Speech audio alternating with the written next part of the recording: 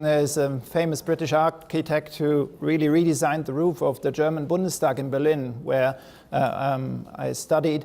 And when he left Berlin, he was asked, so what would you really like to change about the Germans? They complain so much. I wish they complain less. And about your own people, the UK people, they should complain more. And that's exactly it.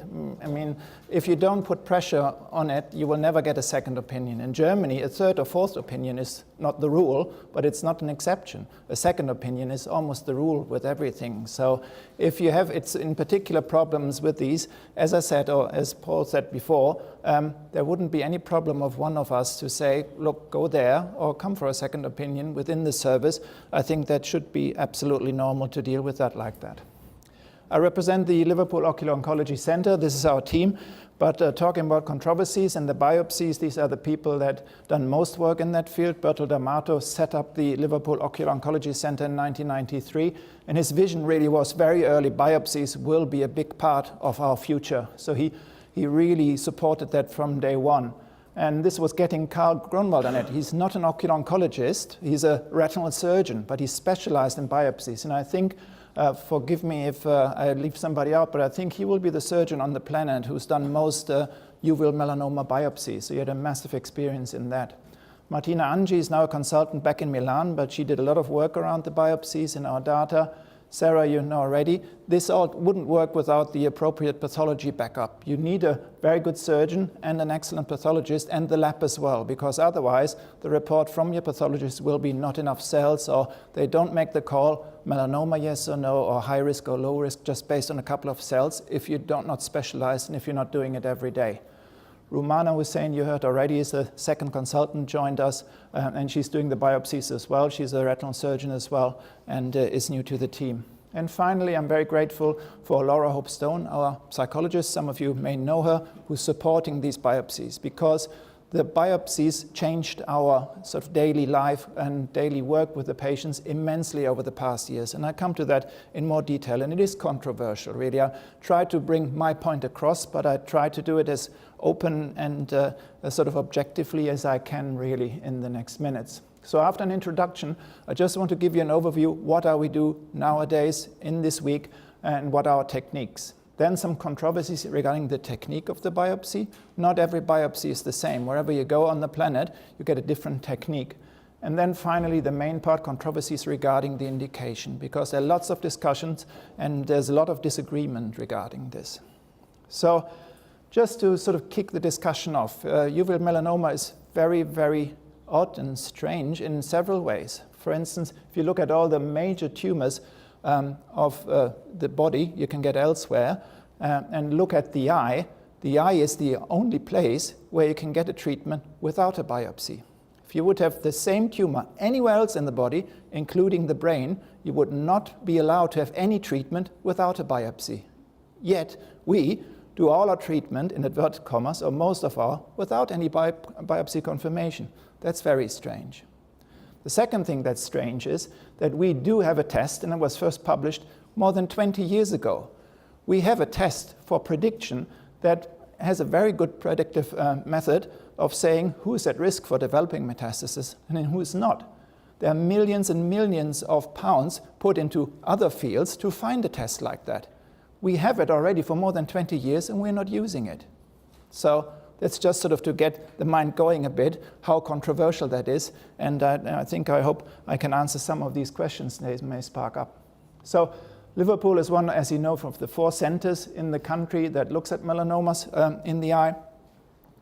Last year we had about 800 referrals of suspected uveal melanomas, and it turned out to be 265 we treated in the year. So every week we have 5 or 6 new patients on average with a melanoma. What do we do? Just as an overview, we do 2/3 radiotherapy, half-half, so to say, proton beam and ruthenium plaque radiotherapy. 1/4 of our patients undergo enucleation. We do have that subsection of surgical resection for large tumors, and we do observe some tumors as well, in particular situations where treatment doesn't show any benefit over observation alone. And this is one part of our management of patients. Now, where does biopsy come into play here? Basically, if you have an enucleation or surgical excision, you do have a large specimen, and you can do predictive analysis and confirm the diagnosis on that. We offer that to every patient undergoing enucleation. About 98% would want to know the result, confirmation of the diagnosis, and also the risk group analysis, as you heard before. If you undergo radiotherapy of a lesion in these groups, or if we're not sure, is it a melanoma, yes or no, every patient is offered a biopsy. So we can either try with a diagnostic biopsy to say, is it a melanoma, yes or no? Or if we think it's a melanoma or pretty certain it's a melanoma, we can do a prognostic biopsy saying, is it a high risk or low risk tumor? So this is in about 60% of patients. I try to be as open as I can be in the pros and cons of a biopsy approach. And I try not to push anybody into a biopsy. That would be completely wrong. And you don't do anybody a favor by saying yes or no. I just try to tell you the pros and the cons of it, and then unfortunately the decision is with you, which is a very difficult situation, I understand, but I do not try to talk anybody into it. That would be wrong. And about 60% at the moment of patients undergoing treatment would want a biopsy in this group. So just a brief overview of indications and techniques. So you can group the biopsies into diagnostic, meaning we want to know, is it a melanoma, yes or no, or is it a metastasis or something else? Or prognostic, as I said, that we think or pretty certain it is a melanoma. That's not the point about the biopsy, but we want to know, is it a high or low risk for metastatic disease? And there is overlap between the two groups. So it's not that we don't know what we're doing in about 40% of cases, but we want to have a confirmation, and we're doing it in smaller and smaller lesions nowadays. Regarding the techniques, you can distinguish two major groups. From the outside, that means through the sclera, from the outside of the globe, or from the inside, that means through the retina. And both have their advantages and disadvantages. It used to be about 40-60, now it's about 50-50 nowadays. So about half of the patients, we try the biopsy from the outside. This has the advantage that you don't have to go through the retina, so you have less risk for a hemorrhage inside the eye and less risk for a retinal detachment. Has a disadvantage that melanoma cells that you spread, they grow on the surface of the eye. Whereas if inside the eye, the advantage is that if you spread melanoma cells inside the eye, they usually don't do any harm, so they don't grow new tumors. Whereas on the outside of the eye, you have to be extra careful because there's a risk for tumors growing on the outside of the eye. The disadvantage of the internal approach is you have to make a hole in the retina that poses you at a risk for retinal attachment and the bleeding inside the eye. So I'm going to show you two videos. So they're not brutal or anything, but if you're a bit sensitive, perhaps you look away for a minute or so. I will tell you when it's over. I just have to warn you. But these are not videos you can find on the internet, and I thought it's much better to present them to you to tell you what's going on really. So please look away now. This is the retinal biopsy. It's keyhole surgery. You have 3 little holes going inside the eye. This is our cutter here. So that's a little suction tube like a straw with a little guillotine inside. So it can suck tissue and cut it at the same time. This is our standard retinal operator, so to say. We put a little 3-way tap in there. This is the tumor, the retina, and what one does goes through the retina, pokes through the retina into the tumor, and then starts cutting and the suction starts. For about a minute or so, the big risk is if you go in there, it may start to bleed, but you have the cutter there to remove that blood straight away. And then you go out of the tumor and see a little bleeding there. It's always a little bleeding there, but that's basically about it. You do nothing else. And then you flush it back through the cutter into a little test tube. And you don't get many cells, but you have to see some cells in there before you send it away. And this is where then the pathologist takes over, or the technician, trying to get a meaningful sample out of some little cells in there. So it's not by no means a big biopsy. You see something swimming there. That's what you need to see. That's what you need to make the diagnosis. Then the keyholes basically are sealed, and that's the procedure, usually done under local anesthesia after the treatment if we can. The second video is the transscleral approach from the outside. This is the tumor outlined with a shadow. And what you do then is you make a little trapdoor over the surface of the tumor. The knife, this is speeding up. It's not that I had too many beers the night before. You cut down, and then you use a little forceps to get the tumor sample. So you come from the outside, then you get some super glue to seal it, and that super glue prevents cells from escaping the eye. And that's the external approach of the transcleral approach. When do we do it? Complicated side. I just point out the most important things. If you go for proton beam treatment, we like to do the biopsy after the treatment, so the tumor is treated, and that reduces the risk of local spread.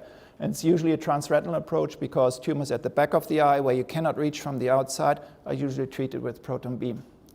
If you do ruthenium plaque, we usually do it transclerally just before we put the plaque on. It's got a tiny risk, less than 1% of local spread, but it saves you one operation really. If we want to play absolutely safe, we would have to do it 4 or 6 weeks after the treatment, again, once the tumor is irradiated. If we go transretinal, again, this is after the ruthenium plaque.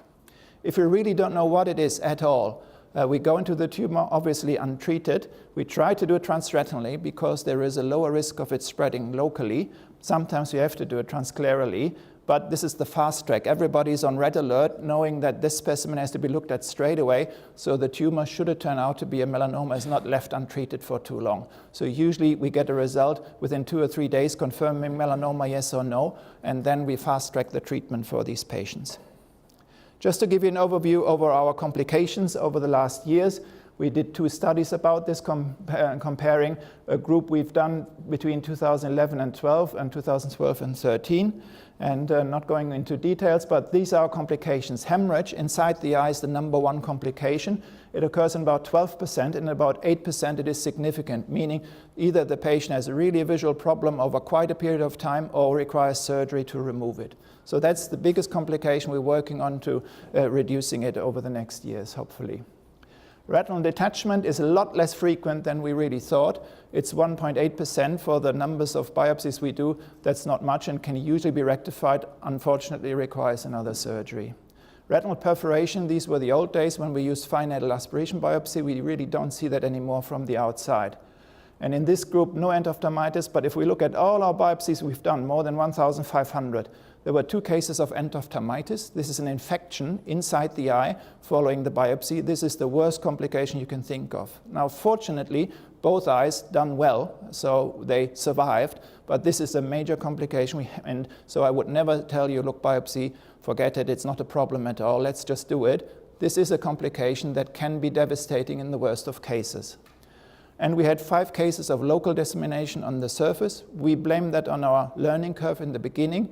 These have been controlled with local radiotherapy, but again, I think it is wrong to say biopsies is just, let's do it, and it's not a problem. They can have problems, and you have to know it as a patient before you consent for it. Regarding our results, so we looked at the different testing, and I don't want to talk you through this, but only the major changes we've done between the 2 groups. The persistence is the #1 change we've done. What does that mean? The biggest disappointment is the patient that didn't get a result. You've been through the ups and downs emotionally, biopsy, yes, no, will it be high risk, will it be low risk?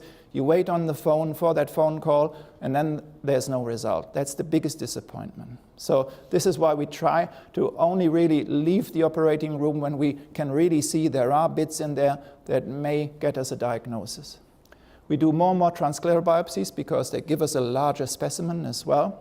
And the lab technique, Sarah's side, has improved massively over the past years. This means even with smaller samples, we can now get results we wouldn't have been able some years ago.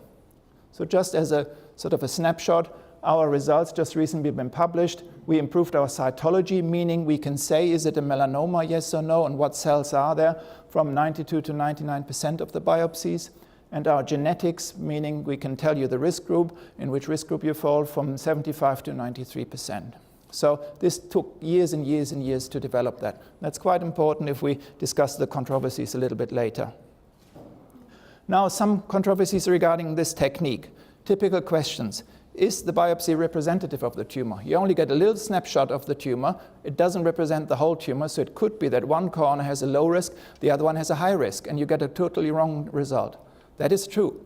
Some tumors have been demonstrated, and Sarah has published a case of that, to be that really heterogeneous, and you don't really have that result. So what we've done is we looked at patients that were biopsied. Initially, we got one result, result A, and then for one complication or another, the eye later either had to be removed or the tumor underwent major surgery, so we had a bigger specimen. That was sample B. So we compared A to B to see, is there a change of low risk to high risk? And so far we collected 28 cases, and in none of them was there a difference. That doesn't mean that in case 29 or 30 it may be different, definitely, but 28 out of 28 consecutive cases, it's pretty good, meaning that in the majority of cases, it is very likely that the biopsy will represent exactly what your tumor is. Is the biopsy result valid following radiotherapy? A lot of, or the majority of our biopsies, we will undertake after radiotherapy. And it could be that the radiotherapy changes the genes inside the tumor, so you get an altered result and doesn't really represent it. So we looked at 104 biopsies that were done after radiotherapy, and not looking at the chromosomal result, but how was it correlated with survival. And as you can see, remember the first curve, it matches exactly the one non-radiotherapy. So we believe, and I think we have the evidence now to say after proton beam radiotherapy at least, it matches what it would have matched without any radiotherapy. You will read a lot about, in particular, American colleagues, about fine needle aspiration biopsy. What is this? Well, you have to know as background that these surgeons usually are not retinal surgeons. So they wouldn't be able to technically go inside the eye and do a vitrectomy. So they use fine needles to poke them into the eye, suck on it, and go out again. Now, we've done that for some time. That was the worst surgery I've ever done, because you don't have any control over it. You don't know how deep you're going. If there's a bleeding, you can't control it. And even worse, if you come from the outside, you cannot seal the path, really. So I think it is not the state of art of biopsies. And the reports are cytology, meaning a cell sample only in 80% of cases, not over 90%. You have less control, and I'm really convinced that if you do the transscleral approach, you will have seeding in some cases, and that's just underreported. If you see it, you're probably not, your first thought would be, I have to report this to a journal, in particular in an environment with private medicine, where basically you really need the referrals. So there's a lot less reporting of complications in private medical societies compared to the NHS. So I'm pretty certain that if you go for fine needle aspiration biopsy, you have quite a significant number of underreported complications on the outside of the eye. And the biggest controversy regarding the technique certainly is what Sarah touched on. In Europe, we mainly use a genetic test. In America, the gene expression profile, which is very good. There's no doubt about it.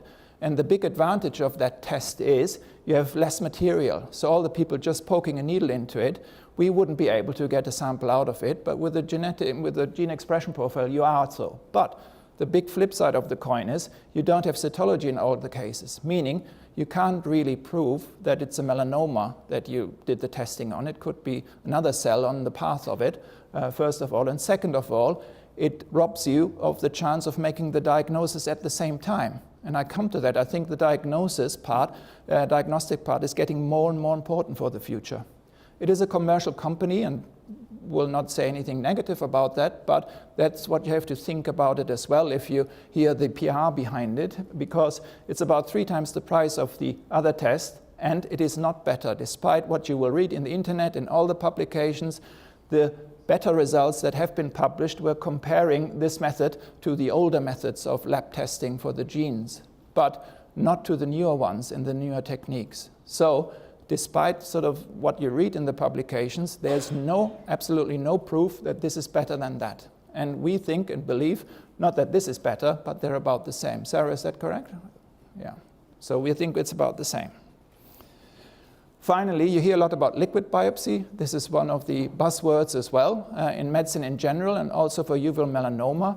And you find this group in particular from Germany publishing that in 93% of uveal melanoma patients, you will have cells from the tumor circulating in the blood.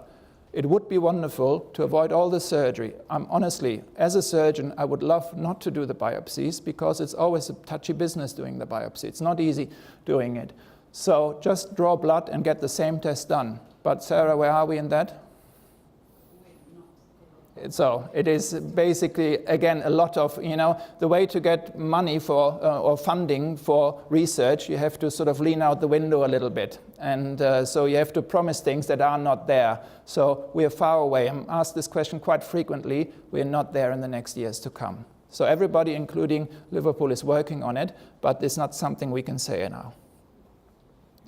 To the last and most important part of the discussion, controversies regarding biopsies in the indications. So why are some centers not doing it? Actually, in the UK, the other centers do not offer routine biopsies, and they have some very good reasons for it, which I'd like to discuss with you. Number one, it's not required for diagnosis.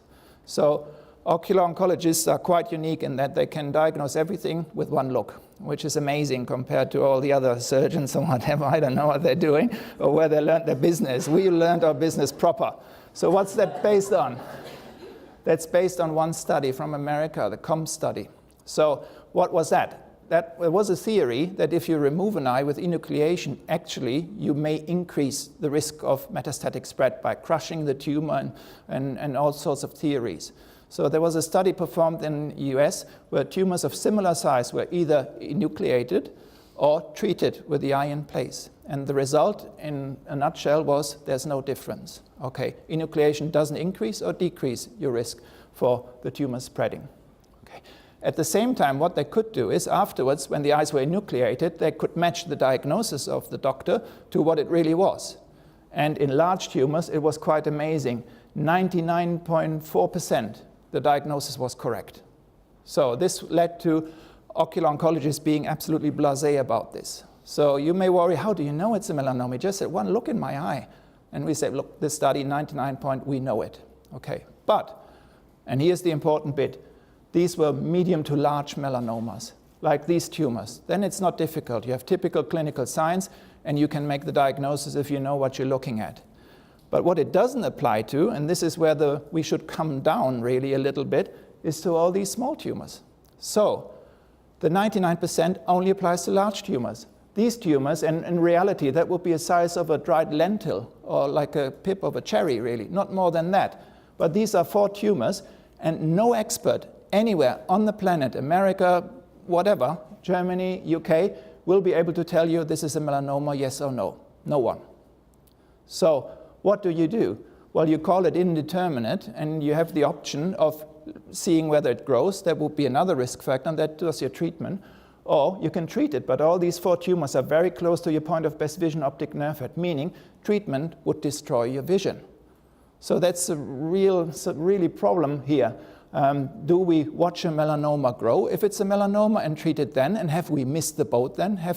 Do we have a chance here to perhaps stop a tumor from potentially metastasizing? And do we have to kill vision for that unnecessarily, on the other hand, on the other extreme? So this is where biopsy comes into play. And this is what we've developed. And this is why I think that cytology is so important in the future as well. Now, this is a special selection. I do apologize, but just to make the point, all of these tumors were biopsied. All of these were melanomas, and all of them are monosomy 3, despite being small. Even the most aggressive tumor starts as a very small tumor at one stage. So we don't have a proof, but ocular oncologists are very disappointed that all we do is treat the eye in inverted commas, but we can't really stop the disease. But these may be the only ones where we do have the option of treating small aggressive melanomas early, of perhaps doing something good for the general disease. And how do we find out? Only by biopsies. There's no other way of finding out earlier other than letting the tumor then grow afterwards. So more biopsies in small melanocytic lesions with risk factors. I think this is a recent development that definitely will change our approach to these lesions. And there are odd lesions also. For instance, this one is one I just saw 4 weeks ago. This is a very odd lesion, dark at the back of the eye. It's not typical. Usually melanomas are like a cherry, like a tumor really. And this was more like chewing gum at the back of the eye. And the next thing is, this is a 12-year-old child, totally atypical. So what do? So you have this patient in your clinic, and you have the parents there, and you say, it could be a melanoma, but it's not quite typical. We could wait and see whether it's growing over the next months and see what happens. That doesn't really make sense, because I'm sure he wasn't born with it, so it must have grown at one stage. So what additional information do you get from letting it grow any further? Or we can treat it, but it's at the back of the eye. Your child will lose the vision in that eye. And yes, it could be just something, a hemangioma, so I don't know, but better to be safe than sorry. Or you could remove the eye, and say, this is the only way to, if it's a melanoma, to find that out, to treat it. And imagine if you remove an eye of a 12-year-old child and tell a week later, it was just a hemangioma or something. That would be terrible, wouldn't it? So I don't know how the other centers approach it. And this would be probably not the right idea to do your first biopsy ever on a 12-year-old if you haven't done the surgery and if you don't have the pathology lab to back you up. So Carl Grunwald did a biopsy, and this is just the day after the biopsy. There's not much harm done, really, and it is a melanoma. So we now know at least how to progress here and know what to do. And the eye is still there, and we can treat it. And we haven't waited a year to let it grow. So I think this is just that single case, and it is an exceptional case. But I think it shows you that it's part of modern treatment of these patients to be able to offer these biopsies. Next one is patients, they don't want that. What's that argument? Well, it comes up frequently. We have to meet once a year to discuss things. And this is the classic argument. We ask our patients, do you want a biopsy? No, not really. Now, thank Ocular. There was 2014, a questionnaire. What's your top concerns regarding your treatment? Now, I understand this is a selected group. This is not the average patient with uveal melanoma. A lot of patients don't want a biopsy, full stop. But at the Ocular conference, I think it was 2014, correct me if I'm wrong, the top 3 concerns, number 1 was some patients are not giving information about prognostic biopsy. So there goes that argument. So I don't think that's correct.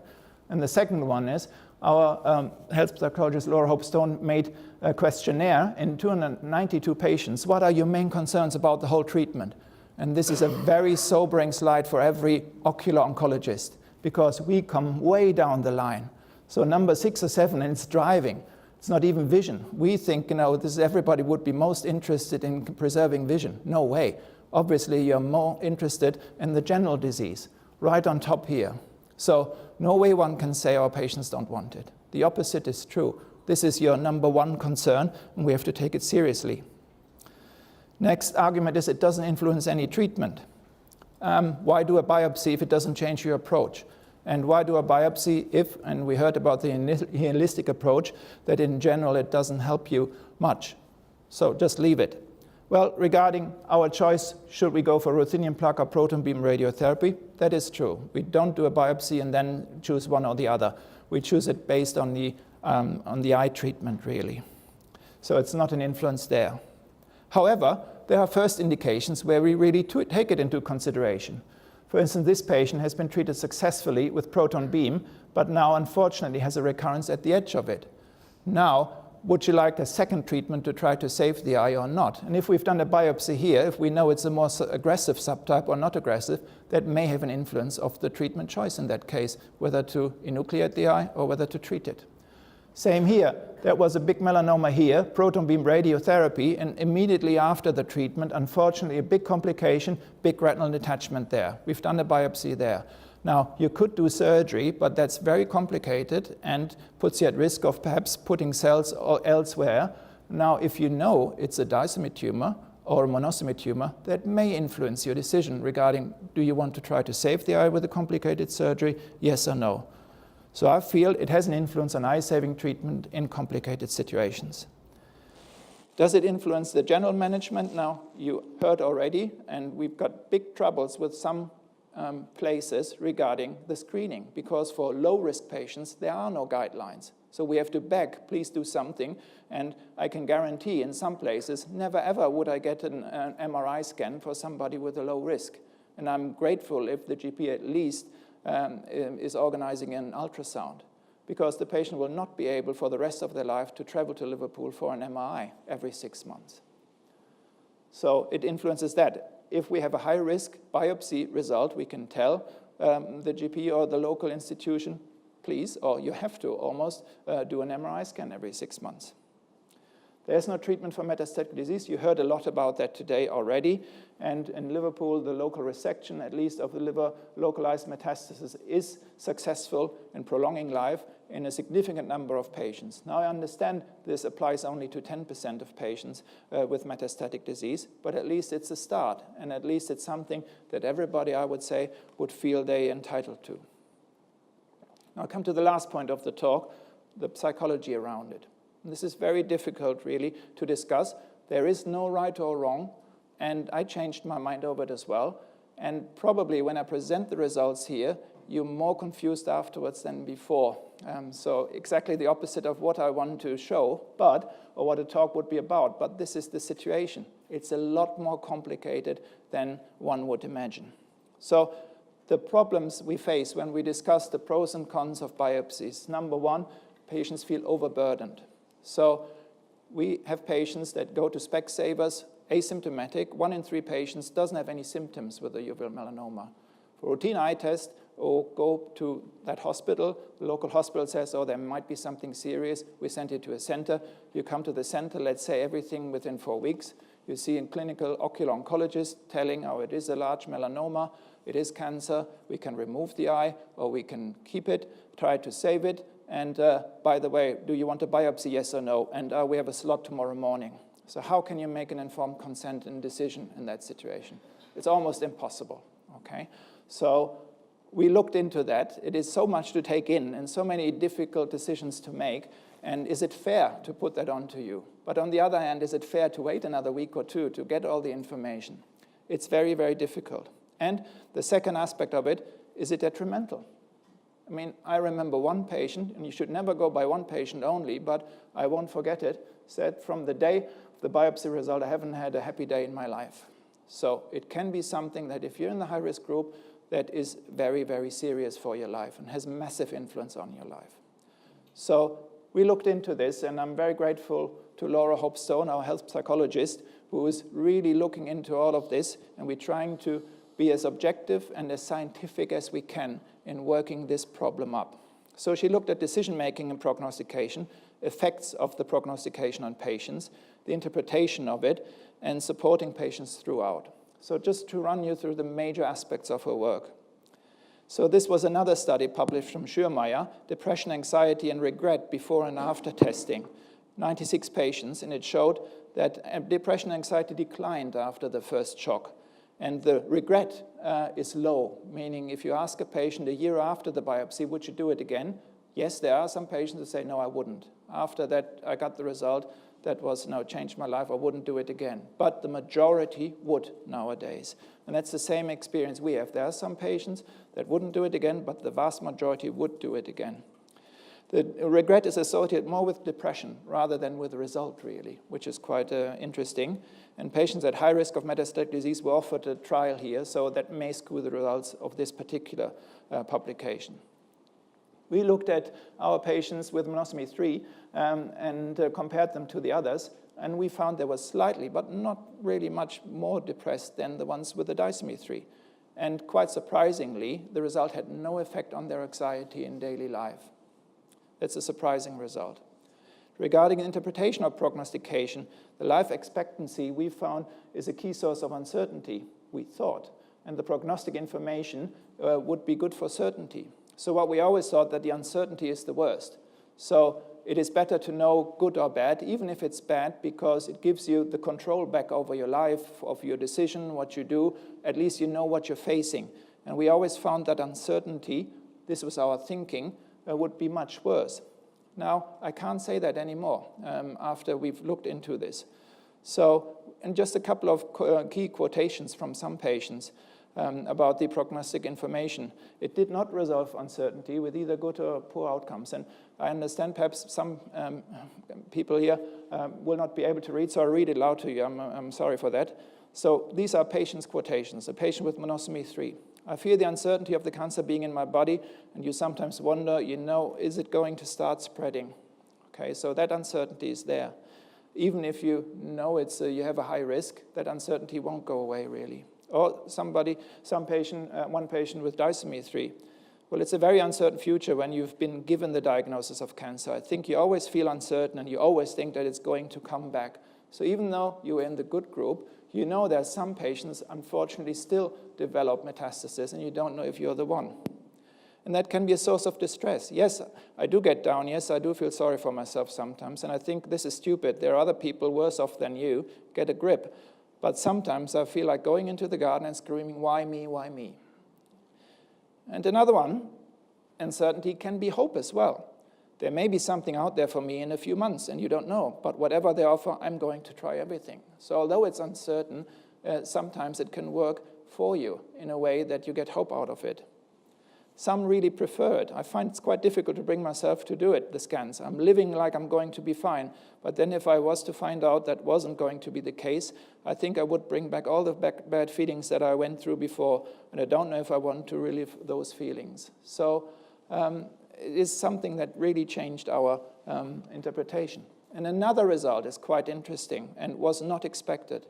A good result doesn't necessarily alleviate worry about future of cancer spread. And a poor result, same, doesn't really necessarily engender hopelessness. So these are, again, 2 patient examples. You know these predictions now. This would be your normal life expectancy, and the dotted line is after your test.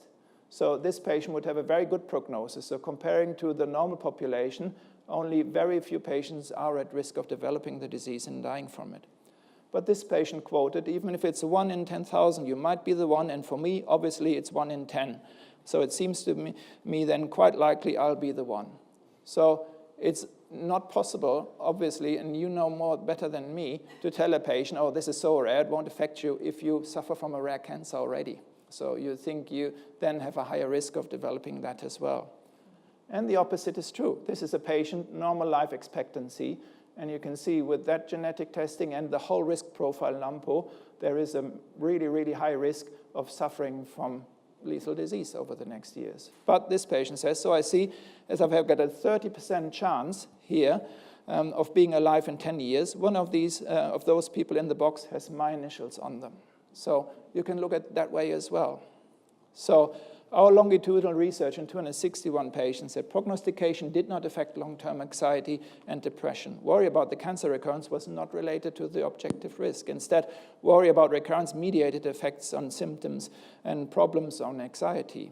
So we have a lot more patients like this. 3 years after plaque treatment, disomy 3, tumors gone in the eye, and good prognostic result, but very high anxiety and depression scores. Whenever I notice my eye irritating me or my vision interferes with what I'm looking at, it makes me think about the cancer. And then I start panicking.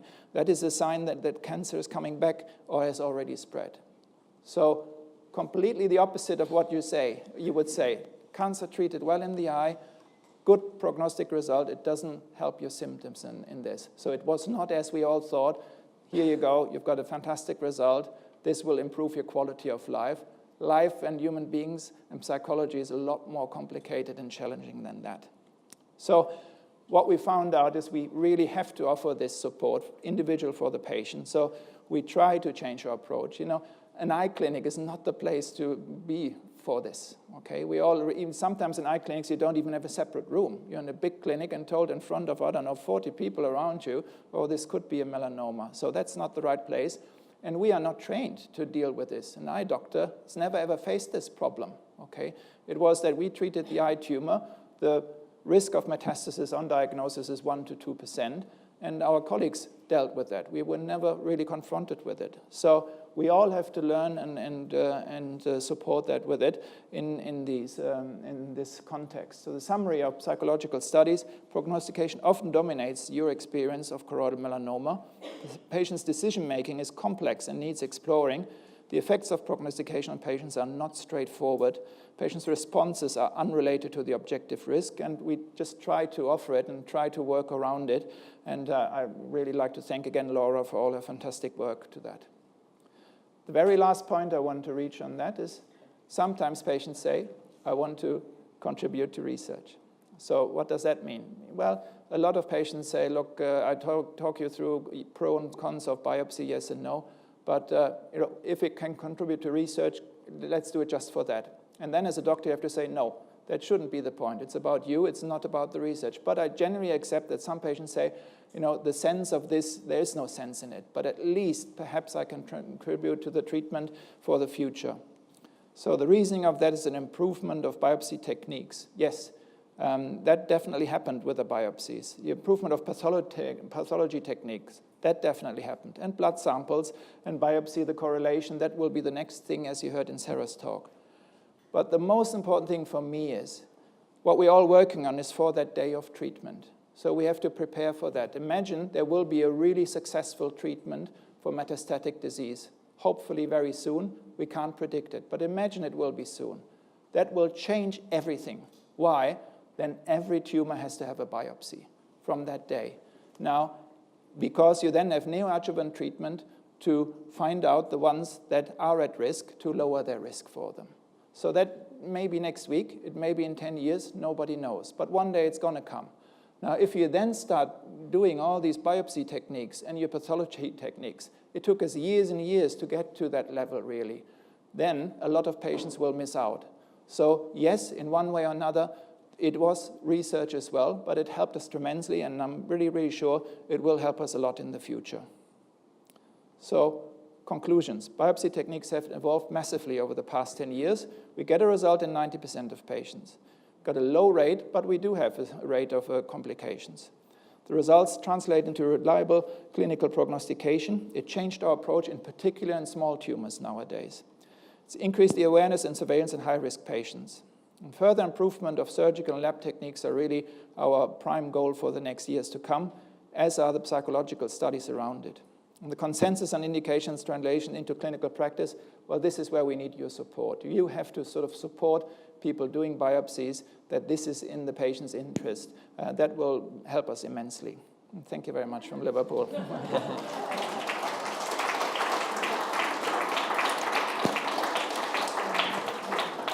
Thank you so much, Heinrich. That was absolutely fantastic, really clear, and I think really addressed a lot of those controversies. Do you mind if I just ask one question, first of all? Do you think there are patients out there who've been told they've got uveal melanoma, who've had treatment, haven't had a biopsy, but don't have cancer?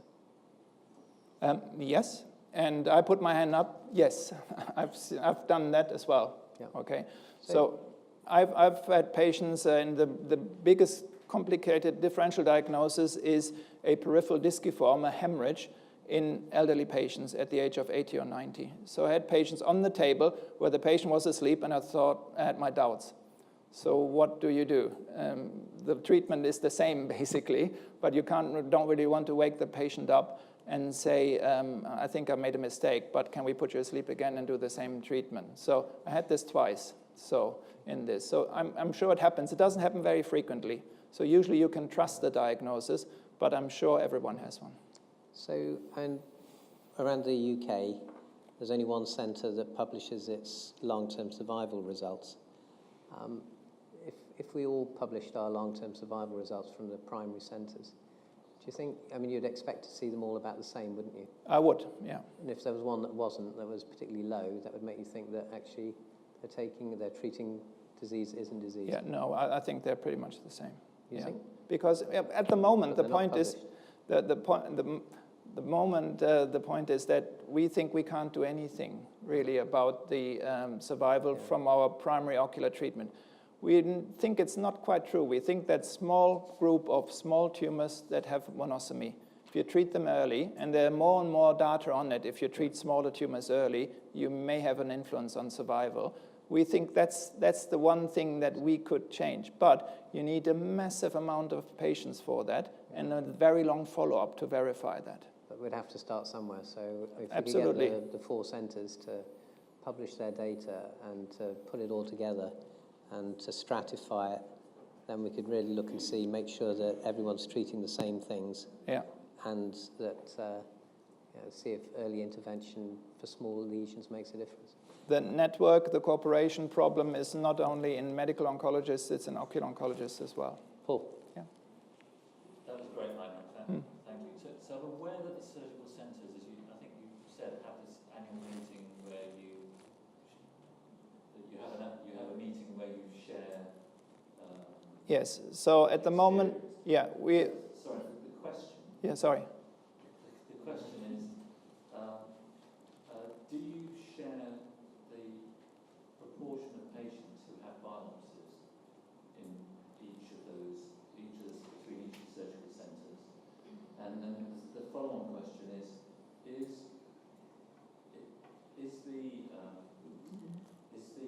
are the number of biopsies that performed a performance indicator? And if it's not a performance indicator for surgical centres, can it be agreed that it become one? No. Why? at the moment, to the best of my knowledge, we are the only center that offers biopsies. Okay? There are, I think, in exceptional cases in the other centers as well. I know for sure that Glasgow is working on it because we have a good cooperation with the retinal surgeons there as well, and they're definitely on the track to change. So far in our annual meeting, biopsies have only been discussed as I discuss it here, but never been standard of we have to present our data there. And I don't think it's going to be in the near future because, as far as I know, please correct me if I'm wrong, as far as I know, it's not a routine offering in the other centers.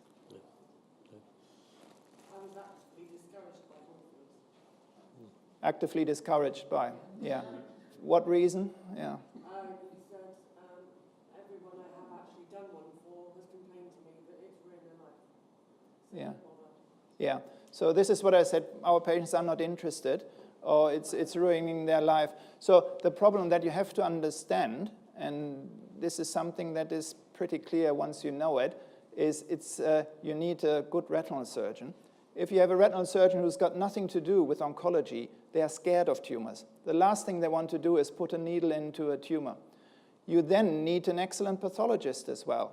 Because if you do that, and you would be like this if you're doing your first melanoma biopsies, and then, yes, you're happy you get some cells out, you give it to the pathologist, and the pathologist, for the first time, has to make a call. Yes, this is a malignant disease out of 5 cells. If they survive, so the pathologist can see that. That won't happen. So the retinal surgeon will get the result back, oh, there's nothing. And that doesn't really sort of motivate the retinal surgeon to do another one. So the big advantage we have is that we trained retinal surgeons and oncologists at the same time. So that combination just doesn't exist.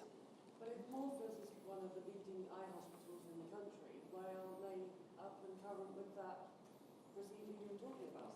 I know the vitreoretinal surgeons very well, and more than welcome to do, I've given this presentation in front of the British vitreoretinal surgeons who I work with everything, and as I said, the Glasgow surgeons now coming, and we share everything about it, but you do need the pressure for it, otherwise it won't happen, okay? I guess my question, because I had exactly a similar experience at Liverpool where in essence the debate was led, so it was yes, you could have a biopsy, but the emphasis was placed on the risk of seeding in particular as a reason not to. So the conversation was simply framed differently, if you see what I mean, and therefore I was more likely to draw the conclusion, no, I won't do that. Yeah. I guess my point is you're currently sort of in a way using Ocular to try and increase patient pressure to say we would like these. Yeah. One other question, though, it seems to me, is if you are these alternative centres who don't have the experience, you must have just the sort of human fear called, well, bloody hell, how do I start? So your point, the shaky hands, I've not done this before. Whether I'm the pathologist or the person performing the biopsy, is there anything that Liverpool can do to practically help people up that kind of learning curve? Because it seems to me at the minute you're almost, if I was being unkind, I could characterise this as you're sort of humiliating and putting pressure on them as opposed to helping them, get up that learning curve. A couple of very important points in there. Number one, the only way to really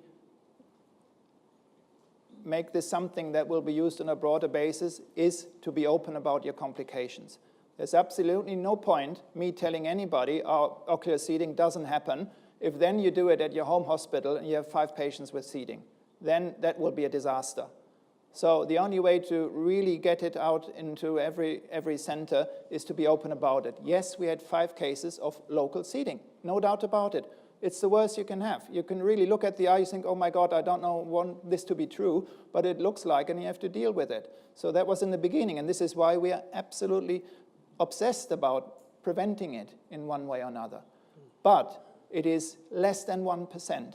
Statistically, 99% don't get it. It doesn't help you if it's the 1%, but you have to, there's no good and bad choice. There are 2 bad choices, and it's either not getting the result or having that risk of 1% and having the risk of retinal detachment and things like that. So, number 1 point. So we're absolutely open, including the 2 endophthalmitis. 1 was only 3 months ago, Okay, we're very lucky, but we may not be lucky next time. So it is a risk for the eye if you do a biopsy. Regarding the seeding elsewhere, there's no proof, including our American colleagues, that this increases the risk of metastatic spread. You need a very large number to really find that out, because there will be only a small difference, I'm sure. But so far, all I can say, there's no site of this, no indication of this being a problem. Regarding cooperation, as I said, the veterinary surgeons, in contrast to the ocular oncologist, have a fantastic cooperation all over Britain. There's absolutely no problem to come to Liverpool. We do about 2-3 biopsies a week, okay? And the colleagues from Glasgow will be coming, so we will be collecting it on a day. We offer that, but I can't tell them to come, okay? So I definitely can offer it to anybody, but it only works hand in hand with the pathology. It's absolutely no point if the pathology is not up to it. But it's also easy. It's a problem, but if you in the beginning don't have the pathologist, you can send it to Sarah from anywhere. Okay, that's the. So I think we're going to have to. Sorry, just one last comment. Not only does Heinrich receive people coming to learn the operation in Liverpool, but I also have pathologists coming from various places coming to learn how to work up the specimen. And so, I get several pathologists from varying countries that come to learn. So the door is always open for people to come to learn the techniques, or alternatively, the biopsies are sent to us. Right. Okay, I'm afraid we're going to have to draw this session to a close now. Miriam, thank you so much again. Okay, thank you.